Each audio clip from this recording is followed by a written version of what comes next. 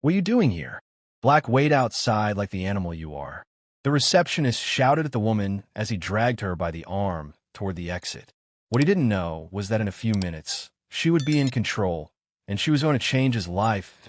It all began when the automatic door slid open, and Lena walked in, shaking the drizzle from her hair. The lobby of the Metropolis Tower gleamed with polished marble, every light reflecting in long, glassy strips. With a calm but firm stride, she approached the front desk. "Good morning," she said, offering a polite smile. "I have a meeting with Mr. Sterling in Suite 14B. The receptionist, a man with sallow skin and sharp eyes, barely looked at her. His gaze moved slowly from her worn shoes to her simple blazer, dismissing her before she had finished speaking. "Name?" he asked flatly. She gave it. He typed, frowned, then snorted. "No appointment here. You'll have to leave." "I believe there's a mistake," Lena replied, pulling out her phone. "Here's the confirmation email. 10:30 sharp." He didn't bother to look. He slammed his clipboard shut with a snap and pointed at the door. "No mistake." "Out." Lena blinked, astonished. "It's raining. I can wait here like everyone else."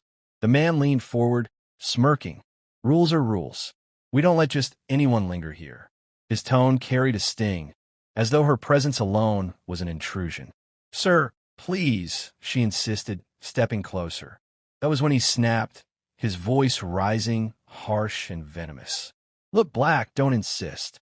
The door's right there." For a moment, the air froze. His words cut through the lobby like a blade. Several people nearby looked up, but quickly turned away.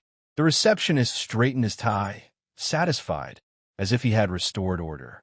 "Don't make me call security," he added mockingly. Lena's breath caught in her throat. Humiliation burned deeper than the cold. She walked out, drenched by the drizzle, her chest burning with rage. 10 minutes passed outside, each second longer than the last.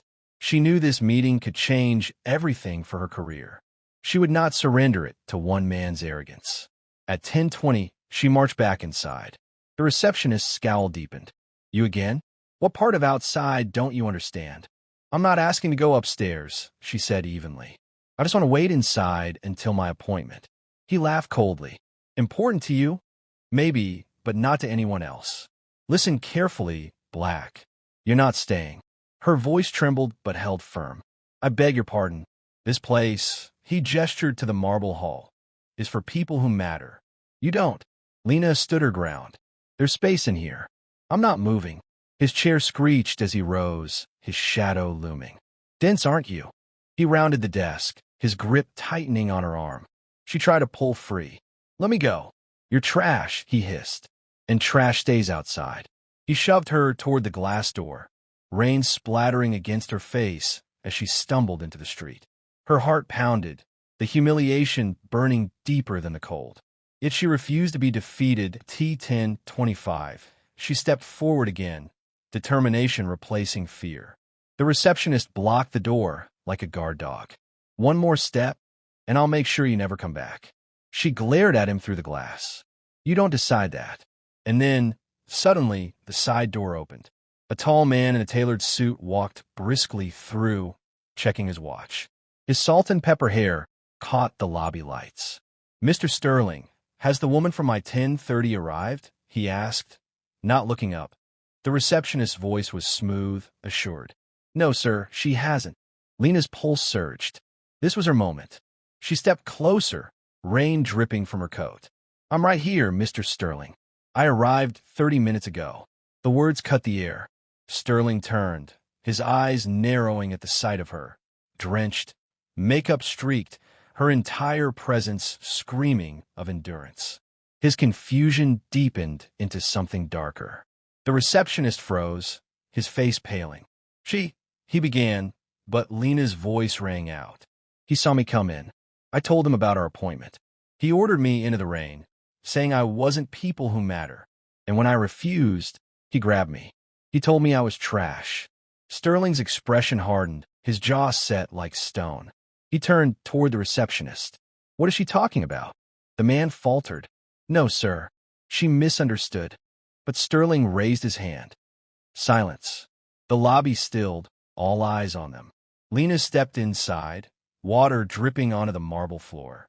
She met Sterling's gaze squarely. There's no misunderstanding. Right here, in front of everyone, he humiliated me, treated me like an animal. Sterling studied her carefully, then shifted his gaze back to the trembling receptionist. Is this true?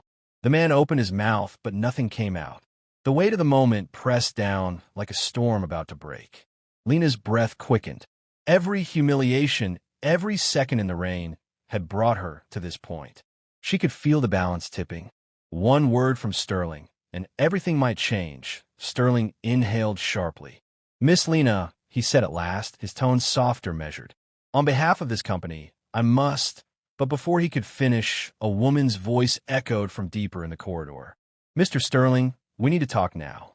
The entire lobby turned. A blonde woman in a corporate uniform strode forward, her eyes darting between Lena and the receptionist. Her expression was unreadable, but something about it suggested the situation was far from simple. Sterling hesitated, caught between them, and in that charged silence, Lena realized this was only the beginning. Bring her a towel and a coat from the courtesy wardrobe.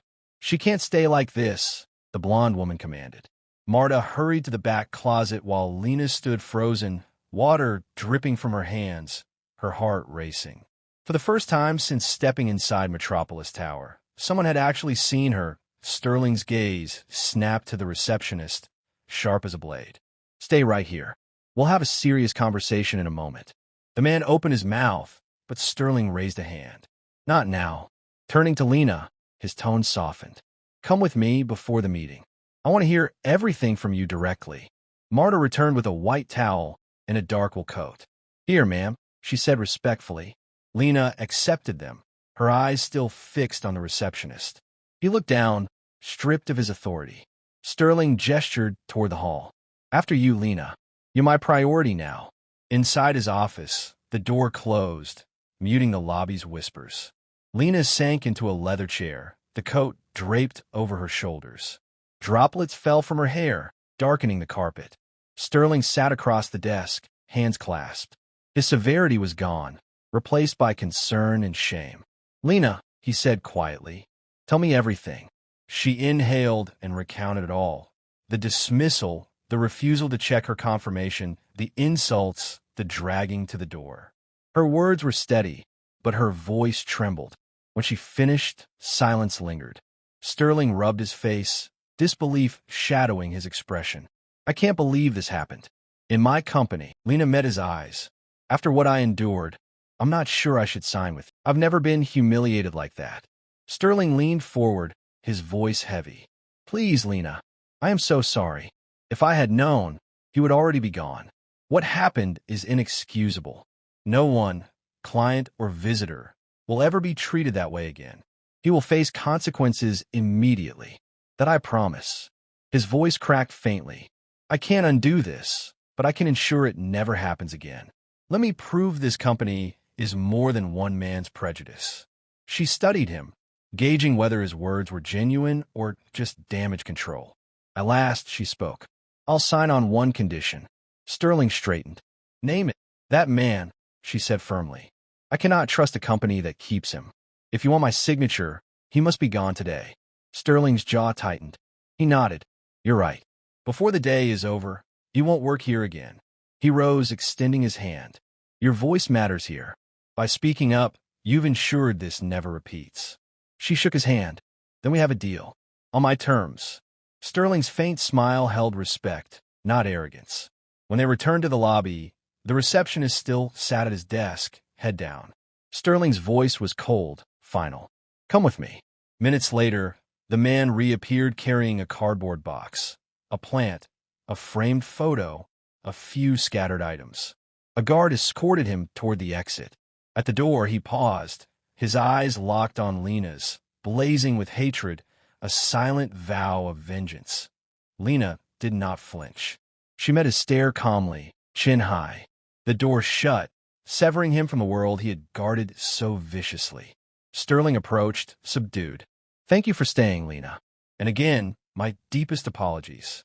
She nodded coolly. Don't worry, Mr. Sterling. Sometimes, to clean a house, You have to open the windows and let the trash out." With that, she walked into the drizzle, her stride steady, her shoulders square. She did not look back. She didn't need to.